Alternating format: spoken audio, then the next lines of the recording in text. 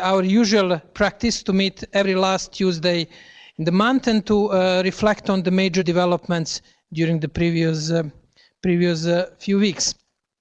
Now, we are in the middle of the very busy digital autumn. As you know, there are quite a few activities ahead of the Internet Governance Forum.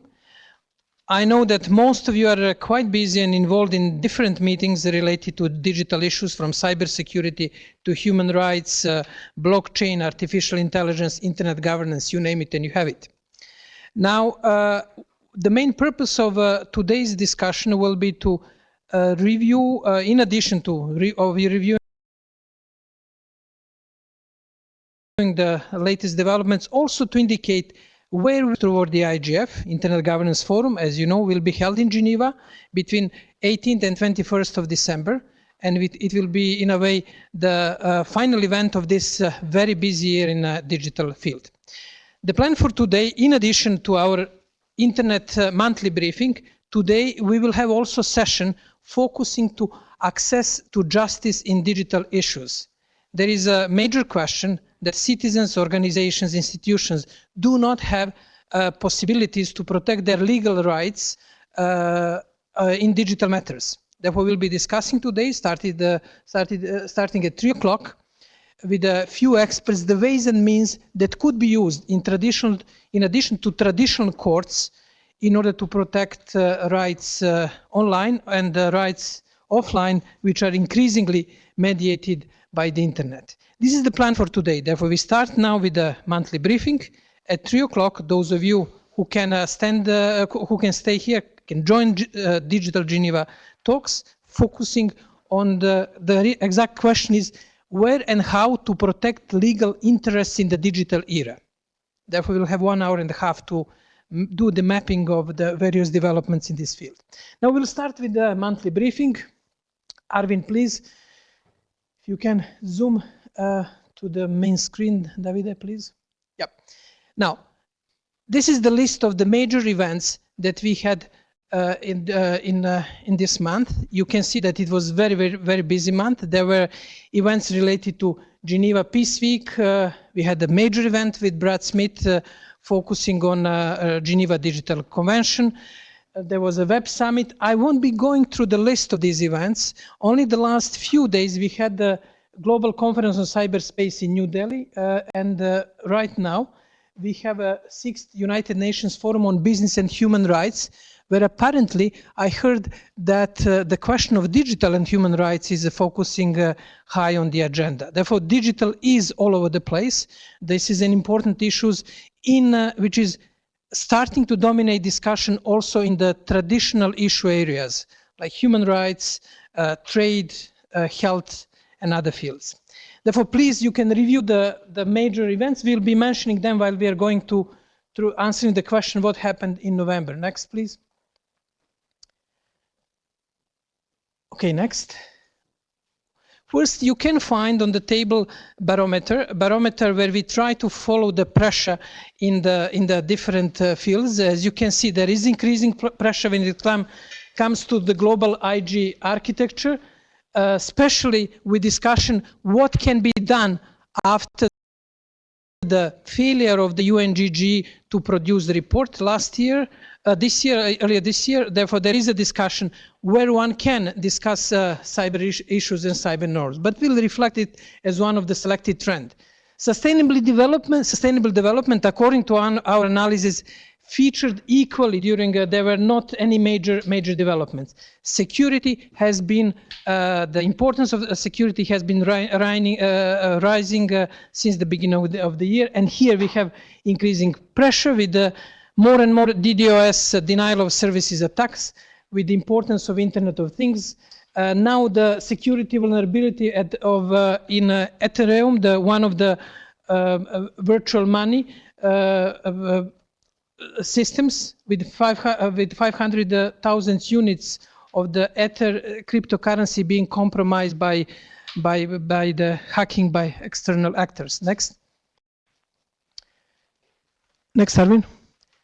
E-commerce, in particular in Geneva, has been also quite in the focus of the policymakers. We have the ongoing discussion in the preparation for the WTO ministerial meeting, and we will reflect later on the current situation, but also digital coming into the regional and bilateral discussion. There is a feeling that WTO may not bring the major breakthrough when it comes to the e-commerce. Therefore, various players are focusing more and more on bilateral and regional instruments to continue developing e-commerce rules. When it comes to digital rights, there were quite a few leaks of data of 57 million users by Uber, and we'll later on focus on it. Venezuelan Constitutional Assembly has passed a law. Its authorities say would punish messages of hate in broadcast and social media with penalties reaching 20 years in prison. Therefore, there is a general trend towards increasing pressure when it comes to in particular, freedom of expression and core human rights. And this is one of the developments, and we'll reflect later on it. Next. In the field of juridical and legal issues, that has been a clear trend. And this is the reason why we decided to schedule digital talk sessions this afternoon on juridical issues. There is a constant pressure from citizens and organizations to use traditional and new ways to access to justice in online field. As you know, there is a California judge who blocked the Canadian Supreme Court's decision ruling on the right to be forgotten from taking effects in the United States. There is also the pending judgment on the status of Uber by European Court of Justice. On infrastructure, we had more or less we didn't have any major breakthroughs. There is a question of a new law which bans the use of virtual private networks, VPNs in Russia, which came into force on the 1st of November.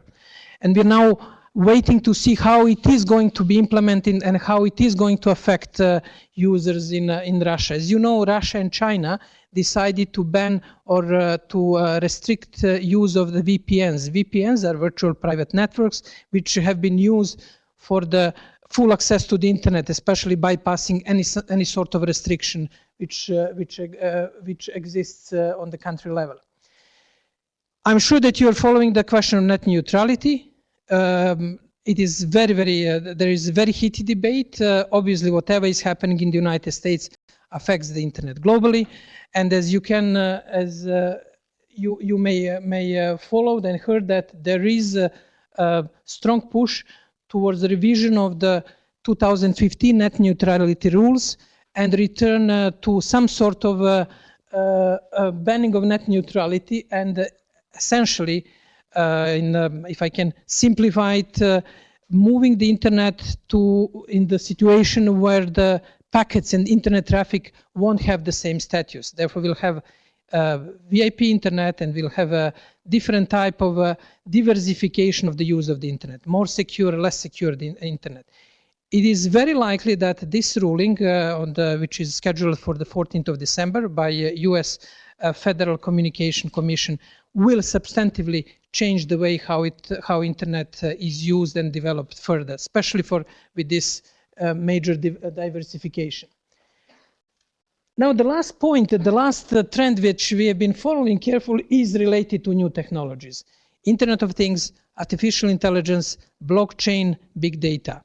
And we will reflect on it in the major trends. As you know, there is very sort of a polarized debate on the impact of artificial intelligence on modern society, with on one hand those who argue, like Elon Musk, that it is one of the major threats for humanity, next to the nuclear weapons and climate change, and those who argue basically that society will find a way to deal with the negative impact of artificial intelligence, and as humanity has been doing throughout the history, it will find ways and means to deal with negative aspects and benefit from the positive aspects of the artificial intelligence development. This is the question of the impact of artificial intelligence, especially in the link to big data and Internet of Things, is going to remain the major issue in the policy debates. It is currently on more or less conceptual philosophical level, but it will be moving closer to the policy spaces. And we had negotiation and the first discussion of the group of government experts on lethal autonomous weapon systems, which happened during this month, and we'll reflect it on it in discussion on 5 major trends. Next.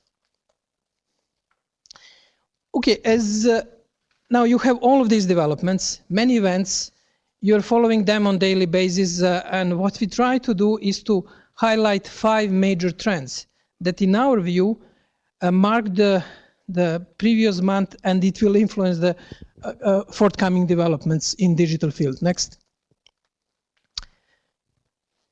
The first trend is a search for cyber norms. I guess that most of you attended Brad Smith's talk at the UN, and Salman is today with us here. Salman Bal from the, who participated in the organization of this interesting talk, where Brad Smith basically delivered his presentation on the need for the development and introduction of the Digital Geneva Convention. As you know, it is a very controversial proposal, and there are many actors who argue that, first of all, there is no need to have a convention in this field, and there are existing fora and places where the digital issue can be addressed, as it happened, for example, with the government group of experts of autonomous weapons. Microsoft has been proposing this for various reasons. One of the reasons is that Microsoft is the most exposed company for cyber security attacks, and it is on the front line on many developments, including WannaCry, ransomware, and the other developments. Now, his Brad Smith speech and the panel discussion definitely put this issue on the broader, I would say, track 2 or track 3 agenda in Geneva. It is not part of the negotiation, it's not part of the core discussion, but more and more diplomats, policymakers, academics are reflecting on this issue with quite opposing views, and that could be one topic that we may discuss today with the participants here in our online audience. In addition to these high politics discussions that we had with the introduction of, for example, Digital Geneva Convention, at Geneva Internet Platform, we are trying to focus on technical issues, because we noticed that there are quite a few technical solutions that can address cybersecurity problems. And while in the past, cyber issues were covered mainly by technical people, cyber people, we have now opposite trend of having a high politicization of the discussion on cybersecurity. And obviously, this issue is of utmost importance for global geostrategy, for national security, for a position of countries. But we try to argue that there are technical solutions that could address some of the cybersecurity issues. And it was the basic theme of the second Geneva Digital Talks, where we invited the technical experts to provide concrete technical solutions for cybersecurity issues. It will be underlying thread of our focus on cybersecurity. We'll have on the 1st of November workshop here on demystifying cybersecurity. We want really to come to the point what it is all about.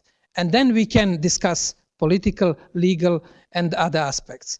We can discuss also here if it is also your feeling that this issue is highly politicized, among other things because of the media coverage, because media coverage focuses on threats, on cybersecurity risks. Then the end of the month, last week, marked the Global Cybersecurity Conference in New Delhi, which was a part of the series of events which started in London, followed by Budapest, if I'm correct, Peter. Then there was a Seoul, and there was the Hague meeting, and this was the 5th one. And you were in New Delhi. You may reflect on what's happened over there. What we heard from our colleagues who were at this meeting was that obviously there are divisions when it comes to next steps in the cybersecurity field, but underlying theme, underlying question in Delhi and all discussion is what are we going to do now when we do not have UNGG, UN government group of experts as a place where countries can get together in order to discuss cybersecurity issues. Therefore there is a gap. One of the ways how to fill the gap was the Global Commission on Stability of Cyberspace, which issued a call to protect the public core of the internet. This is if you have been following these developments, this focus on protecting the public core of the internet has been a Dutch initiative for the last 3 or 4 years. The major question is how to protect DNS system, how to protect the core infrastructure. There was discussion in Delhi how far one can go with the question of the public core of the internet, and it was very heated debate. Is it also related, for example, to financial system, or is it related to the support system for elections, or it should be just focused on the question of DNS and the way how the internet functions? But they issued the public call for the protection of to protect the public core of the internet. These are more or less the major developments, and they're related to to filling the gap, which was open with the failure of the UNGG to produce the report. Nowadays, we do not have any fora on the global level with the relatively universal participation, or the UNGG had a limited participation, which is addressing directly cybersecurity issues in comprehensive way. We have different places like a government group of experts which address lethal autonomous weapons, but there is no place which is addressing cybersecurity issues in the comprehensive way. Now, I may open just for first questions and the comments here, and before we move to the next trend. Peter, any reflections from Delhi? What has happened, or would you? Just to reflect on the last couple of sentences you said. It's true, the last GGE wasn't a success story. However, in New Delhi, almost all governmental participants expressed the wish to continue. And they tried to be very positive about the outcome in 2013, 2015. And this is kind of regarded as an intermezzo, and probably it is going to be continued. China expressed its wish to discuss these issues within the UN system. I think India as well expressed its wish. I'm not sure about Russia, but probably they did as well. So I haven't heard anything which was contrary to this wish. So I think it is going to be continued in some way. And naturally, the conference itself was a huge event. It was much bigger than the previous ones. There were about 3,000 participants and discussing 4 tracks: cyber for growth, cyber for security, cyber for inclusion, and cyber for diplomacy. So you might have been interested in that. So. Thank you, Peter. Well, basically, we can consider the current situation as the pause in the activities UNGG, and most likely continuation next year. Any other comments on cyber norms? No. Okay. Do we have any question from? Great. Next trend is now the most focused issue, the debate on autonomous weapons. It continues. You know that there was a call by Elon Musk and 100 artificial intelligence scientists and specialists who called the UN to basically ban use of autonomous weapons systems. And there was almost like a coincidence that the UN reacted not because of this call, but it planned this event in advance. And there was last week the meeting of week before, there was a meeting of the UN, of the government group of experts, which basically gathered the experts from the security field, those who were focusing on ethics, technology, law, in order to reflect on the ways how to regulate or what to do with the autonomous weapons systems. Barbara attended this meeting. Barbara, would you like to tell us a few words. What was your main impression from the meeting? You're drafting now the blog post, which will be published soon. Yes, at Diplo Foundation, we are going to publish a policy brief on this issue. It was a very, very interesting topic because it touched on military, legal, ethic, moral challenges. So it was a mix of philosophy and concrete military strategy, which was a bit challenging sometimes. There was a lot of disagreement about the definition and the scope of the definition of lethal autonomous weapon systems. For example, what is lethal? Should there be, what if a non-lethal weapon is used to kill? The definition of autonomous, what is the kind of human intervention that is acceptable? And there were many other aspects related to this, and especially of the role of the human and human agency. There was an outcome document that that was agreed on, that agreed to meet again. The GGE agreed to meet again in 2018 for 10 days.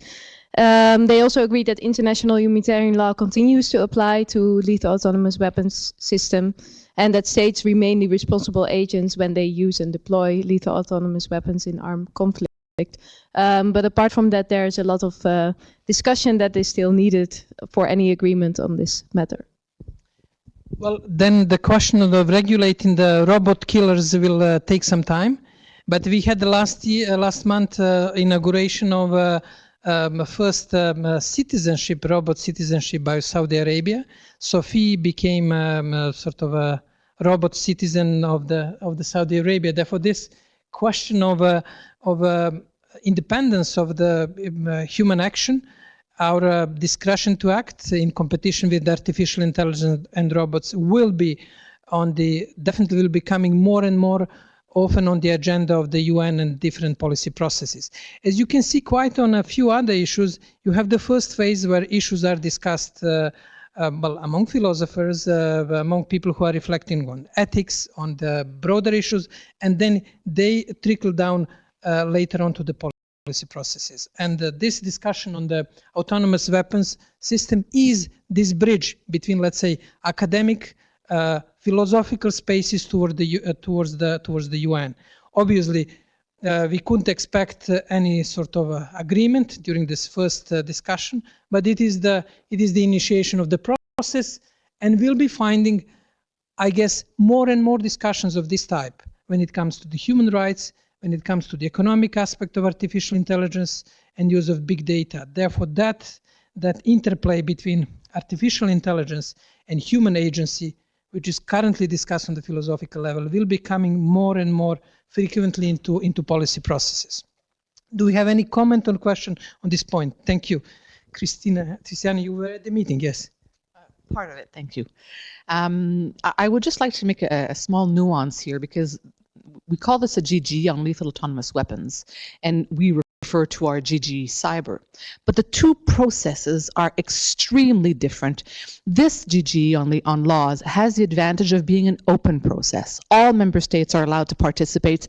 They invite external speakers from civil society, from academia, whereas the cyber GG has always been a closed process, restricted at first to 15 states only, and now it's up to, the last GG was 25 states, but it wasn't exactly an open and inclusive process. So when we talk about GGs, I think it's important to make that difference, because they will not yield the same kind of results. So I just wanted to make that small remark. This is extremely, as always, extremely important intervention. Thank you for this point, because there is a confusion. There is UNGG, United Nations Government Group of Experts, which was established by General Assembly and which reports to the first committee. And as Christiane indicated, which has very specific modus operandi. Many meetings are behind the closed door. And this government group of experts was established in the context of Convention of Conventional Weapons, CCW. Therefore, it is completely different in its way how it operates. Therefore, keep in mind, and we have to be more specific than when we are making reference to GG, because we'll have these two processes, especially if, as Peter indicated, we can expect the continuation of activities of UNGG. Next, please. Okay, related to security is the question of the disclosure of vulnerability and leaks. And the biggest surprise for cyber community was the news that Uber failed to disclose data leak of millions of their drivers and users. They basically entered into negotiation with cyber criminals, paid $100,000 US, and asked them to be quiet. And what we know informally in the digital community is that many actors, in particular banks and actors which which depend heavily on their reputation, enter very often into deals with cyber criminals and pay different type of ransoms in order for them to be quiet. This is going to be the major issue, because then, as we know from the logic of dealing with a terrorist, and there is a risk that it can basically promote the business model, in inverted commas, of the cyber criminals. If they can get the money as they got from Uber, then they can push with their activities, ransomware and different attacks. White House is now trying to deal with this question of disclosure into more organized way. They released the new vulnerability equity process by which government decides which vulnerability it will disclose. Approximately 90% of vulnerabilities are disclosed and 10% are non-disclosed, and they raise the concern. And those non-disclosed are probably related to national security and to other related issues. Now, for those of you who are following closely cybersecurity, the question of disclosure of cyber attacks and information about cyber attacks is becoming increasingly important. And it is also part of the Microsoft Digital Geneva Convention proposal how to establish ways and means to share information about attacks with some sort of anonymization process. Therefore, bank can report to some independent authority that there was attack, and then government authorities and companies can try to see who is behind this attack without disclosing the name of the company or whoever was attacked. Therefore, we have a very delicate interplay between reputation, preserving reputation, and disclosing information. Next one. Well, any question on this point, comment? No. Good. Well, this has been, I thought of removing this trend because it is, for those of you who have been following our briefings, it is a real and clear trend. Courts are basically becoming, in a way, internet governance players. They're shaping the rules and norms, and this process has been continuing in November. There is a question of, in November, there is interesting question of a US judge blocking right to be delisted decision by Supreme Court from being applicable in the United States. Canadian Supreme Court basically tried to apply their decision to the activities which are across the border. And this is another question of extension of national laws beyond the national borders. This issue has been emerging very high on the policy agenda. And there are different rules. Judgment can lead to conflicting rulings, and there is also in this question, there was also discussion of applicability of search warrants over data held overseas. You know that there is a Microsoft case. Microsoft has been winning so far the court rulings about the request of the US government to have access to Microsoft data held in Ireland. This is now, but this is not over, and it will be important decision. There is also the overall Uber court saga in front of European Court of Justice. We are waiting for a decision if Uber is transportation of the information company, with quite considerable impact for the future of the Uber business model. But there are also there is now the new court process in the UK where basically Uber challenge this decision of the London authorities, which are related basically to the question if Uber drivers are employees or contractors. This is the ultimate question, and it can change substantively Uber business model. Next one. Well, questions, comments on this point? No, we don't have it. Good. And now getting back closer to home, the Geneva Internet Platform. As you know, just 200 meters from us is the WTO, World Trade Organization. WTO is preparing from Buenos Aires ministerial meeting. In the WTO modus operandi, ministerial meetings are extremely important for setting the agenda for the next 2 years. Next ministerial meeting was supposed to be digital cyber whatever you call it, meeting.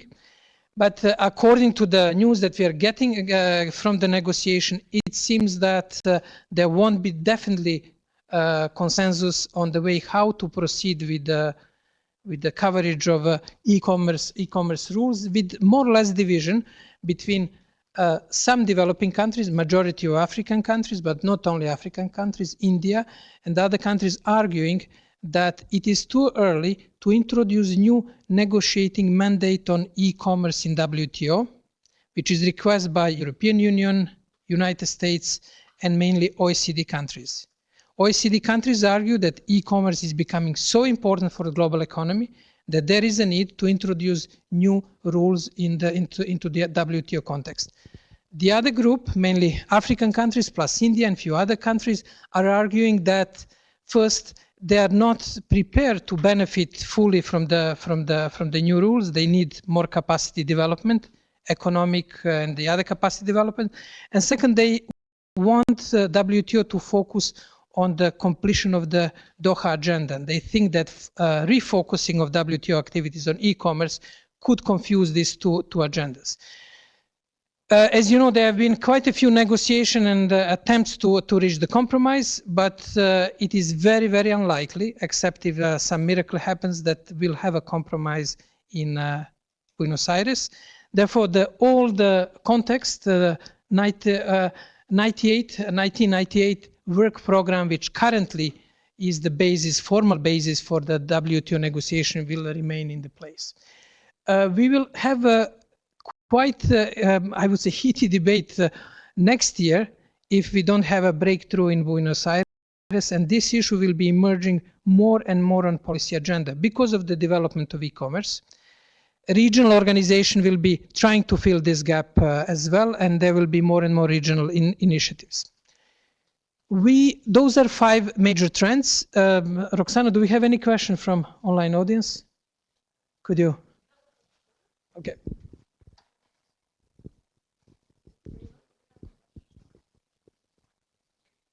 Thank you. We have started a debate here around the reform of the UNGG for cybersecurity, and we're discussing whether the GG laws could be a model for inclusivity and how to take this forward, the cybersecurity agenda. And we had a question from Mamadou, who is asking, how do you see the future of internet governance with current DDoS attacks when they will be connected to artificial intelligence issues and Internet of Things? This will be very challenging, in his opinion. So DDoS stands for distributed denial of service attacks, and the question is, how would this affect the future of IG when it is automatically operated via artificial intelligence? Okay, well, we are, generally speaking, I think we live in the very interesting phase because our all debates, which have been participating in for the last 15 years, at least myself, in Internet Governance, WSIS, World Summit on Information Society context, are basically facing a new reality. New reality, especially when it comes to development of artificial intelligence, big data, Internet of Things. And there are now more and more calls from beyond the traditional dichotomy. As you know, in traditional dichotomy, there were those who argued for the International Internet Convention or legal instrument on the global level, and those who argued with different arguments that there is no need for the global agreement in this field. The field is getting really confused with Microsoft, for example, proposing Geneva Digital Convention, with Elon Musk and some entrepreneurs arguing for the more regulation in this field. Therefore, what we can expect on DDoS attack, on artificial intelligence, is really a reshaping of the global digital space around completely different issues, around completely new challenges. And some challenges will be definitely related to artificial intelligence, and how to ensure that we don't move beyond a point of no return, where we can have definitely final say when it comes to development of artificial intelligence, when it comes to the autonomous weapons that we already discussed, driverless cars, use of artificial intelligence in many devices that are around us, special internet assistants, Alexa, and other tools. Therefore, that debate is going to be quite, this is, let's say, my crystal ball exercise, will be quite different. Now, I suggest that you consult the latest publication by The Economist, their prediction for 2018. And there were three major predictions. The first one is that internet companies will be under increasing pressure from governments and public worldwide in order to act as responsible players, in order to contribute more to the global public good. And this is, I would say, no-brainer. We have been following it throughout this year. This is already happening. Facebook, Google, Twitter are under the pressure in the United States. You probably followed the hearing in the US Congress on the question of fake news and the misuse of those platforms for the elections. There is increasing pressure in the Brussels, which will even increase further with the introduction of the general data protection rules. Therefore, economists argue that will be the major trend of 2018, not only in digital field, but in global politics. Second trend will be attempt to contain China. According to The Economist, there will be more and more attempts by European Union and other actors to force China to follow the rules of the economic game. And third trend is very interesting, and it's related to our neighbors, arguing that basically France and Macron will create some sort of new social contract, because they're the best position to play for the question of the, let's say, social cost of the new technological development because of the French social protection and the social system, while also combined with the new dynamism when it comes to digital economy, which Macron is now trying to do. Therefore, those are three trends according to The Economist, and I suggest that you consult them. Strong pressure against internet companies to act more responsibly. Second, pressure on China. And third, Macron as, in a way, the developer or a sort of player who will create a new compromise, a new balance between technology and humanity, between technological developments and social responsibility. In this context, I would say we'll have also discussion on the DDoS and Internet of Things and other specific issues. But my sort of guess and the crystal ball exercise is that we'll have the major restructuring on the policy scene over the next 2 to 3 years, along the different lines of the coalitions and actors and issues in the focus. Any other question? Good. Any other question, comment? Yeah, Florian, do you agree with me? Thank you. There are two questions, a little more practical about crystal balls exercise. How do you think that net neutrality will affect the business model that we have now? Because I think the impact will be more in small and medium enterprise and startup, because if we develop this kind of approach, this will have, I think, a huge impact on these startups especially. And secondly, how you see the Bitcoin evolution, and why do you think this it's so sharply increased? It's something behind, because I think this is also connected with some ransoms or things like this. And I saw just now on internet 1 Bitcoin, something like 9,000 Swiss francs, more than. Thank you, Florian, for this good reminder. In our discussion about trends, we wanted to include Bitcoin because it's very tangible. It moved from 1,000 to 10,000 in a matter of, 11 months, because at the beginning of the year, the value of one Bitcoin was $1,000. The latest, I think, is 9,700. It will cross 10,000 very soon. And it is one of the big mysteries and one of the issues why internet governance and digital policy will move faster into the focus of general public than we thought. Definitely moving through our circle of usual suspects of internet government, people going to the IGF and other players. It is becoming tangible, it affects economy, and it opens the issues like of the origin of this of these funds and possibility of using the Bitcoin and cyber currency for the money laundering. Apparently, and I'm not specialist for the economies, but I try to see the answer why we had this latest raise over the last few weeks of few thousand. Apparently, there is announcement of the hedge funds, which are controlling considerable part of the economy, that they will invest heavily in Bitcoin and the other cryptocurrencies. Therefore, this is important issue, and you can follow the local news. We are trying to follow the local news in different places in the United States, China, here in Switzerland, and you can see that digital issues are becoming more and more prominent for two reasons. One is cybersecurity fear, and the second one is financial importance with the growth of the Bitcoin. First question is extremely important, and I would say that we can, after the 14th of, therefore two important dates are 14th of December in the United States, end of net neutrality, and 28th of May, introduction of a general data protection regulation next year. These two developments will have a really huge impact on the global digital policy. The first development, the question of net neutrality, as you indicated, is going to affect definitely small and medium enterprises. And in what way? The cost of doing the entry point for entering the internet business will be much higher. Because, for example, one of the, let's say, outcomes of the end of net neutrality will be that Facebook will make a deal with Swisscom to pay for the access to the Swiss citizens, faster access to the Facebook resources, or YouTube, or any other resource. There will be possibility to have.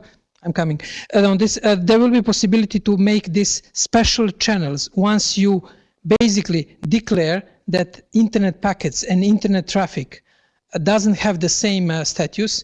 There will be possibilities for different type of bilateral arrangement, first in the United States, later on the international level. This is, let's say, very, very dark and negative scenario, but not completely unlikely. And initially, as you know, in the net neutrality debate, Facebook, Google, and internet industry are for net neutrality for a very simple reason, because the more users they have, the more data they can mine, and they don't want to have this filtering on VIP on the other internets.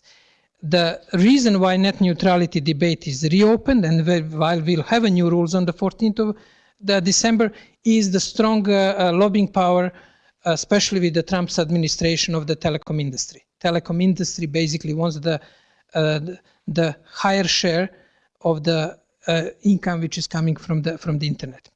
Now we can expect that in European telecom industry has been very skeptical about net neutrality, and one of the arguments, let's say on very political economy basis, was that, hey, we are not gaining any income from the internet industry. Major beneficiaries are the internet companies in the United States.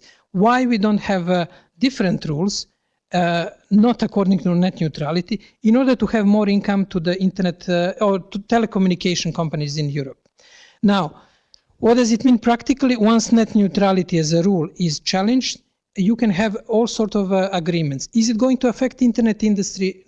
It is not going to affect them to the large extent. They are laying their own cables. They are strong enough that they can pay. They can pay Swisscom. I'm giving example of the Swisscom and I noticed that it raised the concern from Christiana, but I'm trying to be very, very clear in speaking clear language when it comes to political and economic impact of the net neutrality rulings. Christiane, sorry for waiting.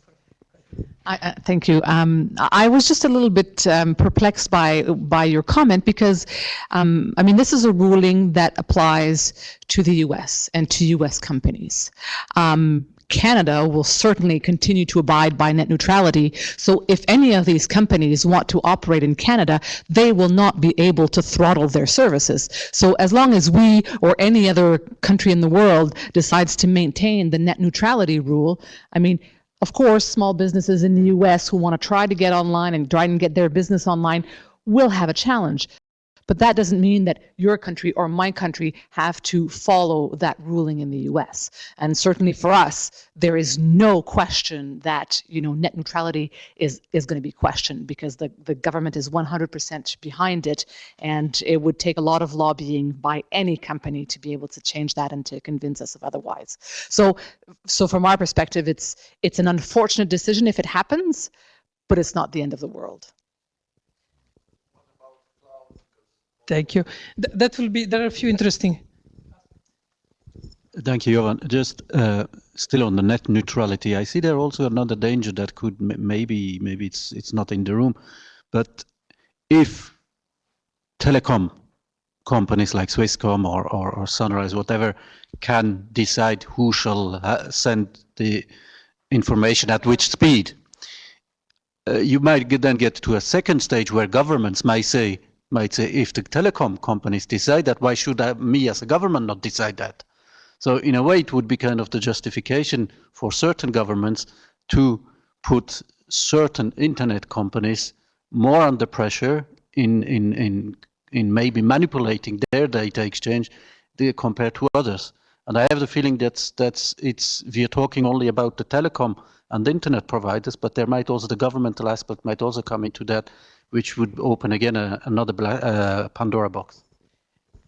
Great. Well, Pandora box is this is opening definitely a Pandora box. What Christiane indicated, net neutrality is regulated on national level, on the European Union by European Parliament.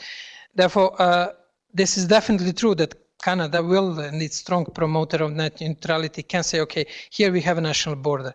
Don't export your rulings, which are not according to net neutrality, across your northern border.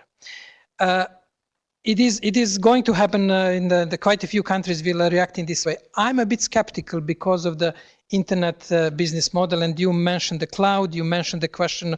It will really complicate internet business model and the way how countries will be able to impose their rulings on the net neutrality. It is going to be the major challenge, and it will definitely make internet completely different. What is my major concern is that enabling power of the internet can be challenged, because if you cannot have small and medium companies accessing the internet for whatever reason. Maybe internet companies will pass the cost of their adjustment to national borders, like when they are crossing the Canadian borders, they will pass the cost to the internet users. Therefore, that entry points to businesses and to the internet users will be definitely higher than it is today. When it comes to the cost, security is going to be one of the reasons why what we are hearing is that internet companies, telecom companies in the United States won't focus only on the question of speed, but they will also introduce security as another element. On our special network, which we can provide, will provide higher security. You can be assured that you won't have a cyber attacks, you won't have ABC. Now, one can imagine, as Salman indicated, how many new Pandora boxes will be opened. One important aspect is that telecom companies are on much shorter, let's say, a leash when it comes to the government control than internet companies. Therefore, we can expect stronger pressure from governments and the European Parliament and other actors to follow some sort of government policies, directly or indirectly, Salman, that's definitely. But cloud, what Florian mentioned, is going to be highly relevant and important. Well, Roxana? No, good. Okay, thank you for, please, one question. Announcement, yes, time for announcement. Just a little comment on the WTO Ministerial Conference. next to the work program and the negotiating mandate, there's also the renewal of the e-commerce moratorium, which has not still been settled for now, and which is historically linked to the TRIPS agreement moratorium. And we all know, I mean, it's the general rule that these decisions are made last minute just before each MC.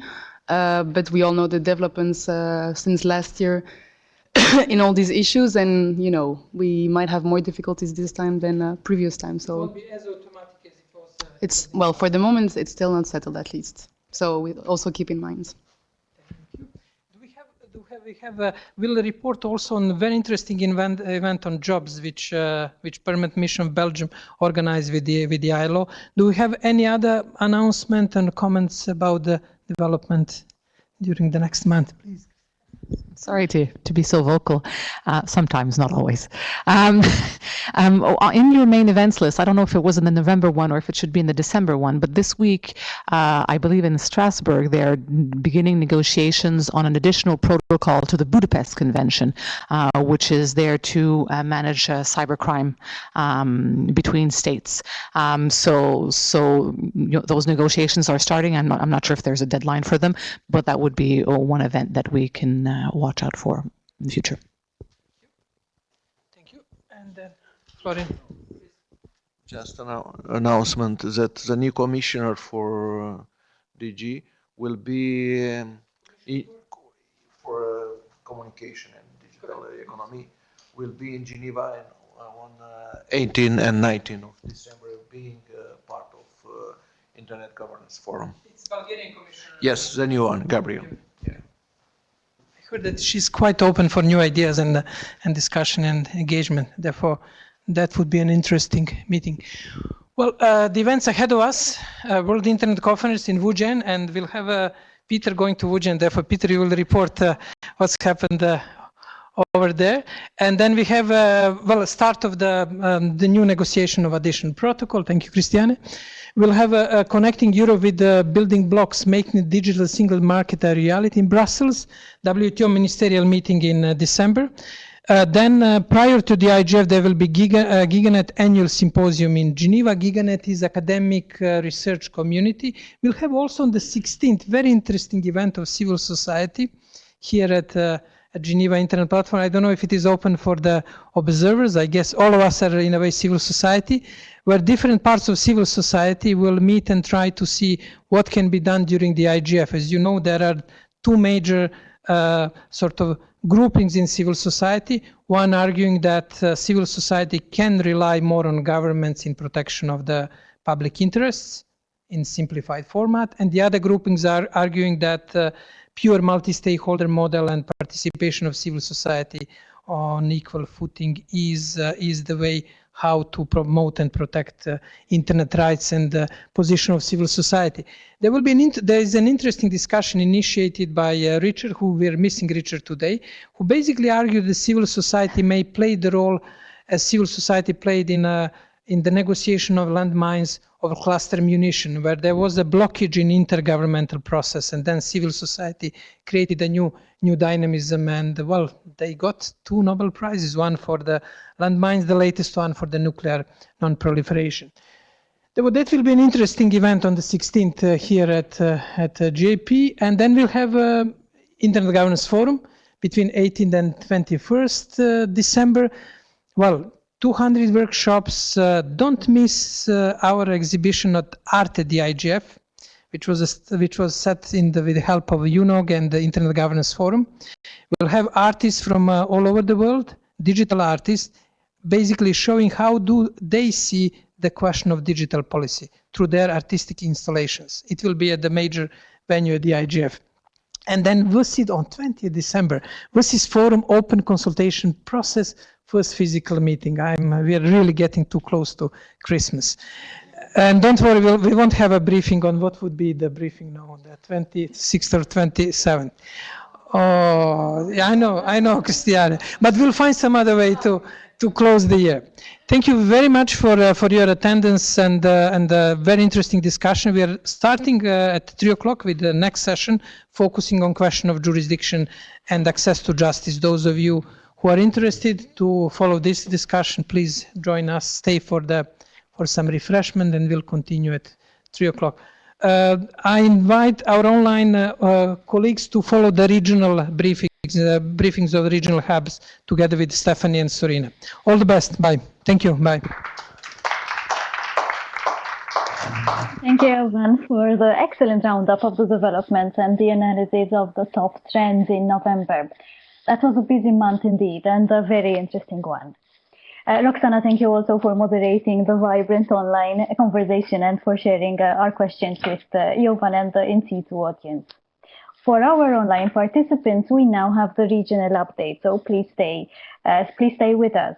In parallel, there is a discussion starting now specifically for our colleagues from the Southeastern Europe. Perhaps, Arvin, we can post the link there. So back to the regional updates.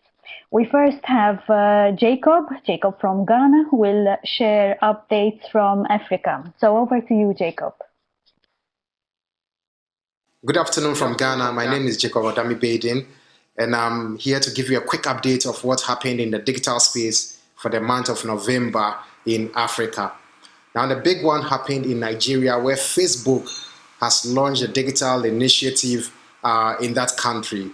Now, first of all, Facebook aims to go into strategic partnerships to deliver digital skill-based training across the country, targeting the youth and providing them opportunities towards job creation. Facebook also is establishing a digital hub, that's a tech hub in the country, and the objective of this is to support tech entrepreneurs or tech startups to be able to acquire the needed support in order to be attractive for further investment in order to scale up. And then I bring you to Ghana, where the Broadband Communication Chamber is launching the first ever broadband forum in this country. Now, the objective of this forum is to revamp the old broadband strategy that came into force in 2012.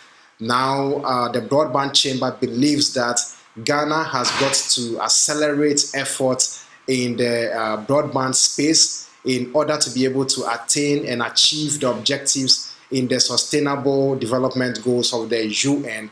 And the current broadband strategy seems not to support a quick attainment of that objective. So this forum will call for public input in order to strategize and come up with a new strategy to accelerate broadband adoption in the country. Thank you very much. Thank you, Jacob. We now have Andre Edwards with the updates from the Caribbean region. And Andre will be covering developments on cryptocurrency and ICO rules, as well as the regional LACNIC forum. So over to Andre. Andre Edwards with Caribbean updates. Government of Angola announces world's first blockchain token offering registration process. The government of Angola has announced its plan to enact the first cryptocurrency regulatory regime for registration of initial offerings of specified categories of cryptocurrency. This law, called the Angola Utility Token Offering Act, or AUTO Act, is the world's first registration process for a cryptocurrency offering. The government of Angola believes there is opportunity to provide clear guidance on initial coin offerings for both issuers of these new cryptocurrencies and the purchasing public. The AUTO Act will facilitate the registration of clearly defined utility tokens that do not have the features of a security and that have one or more utility features within the issuer's current or proposed blockchain platform. A sound balance is to be struck between meeting the information requirements of the purchasing public and creating an accelerated but prudent process to meet the needs of the fast-moving blockchain industry. Caribbean technology development advanced by Internet Week Guyana.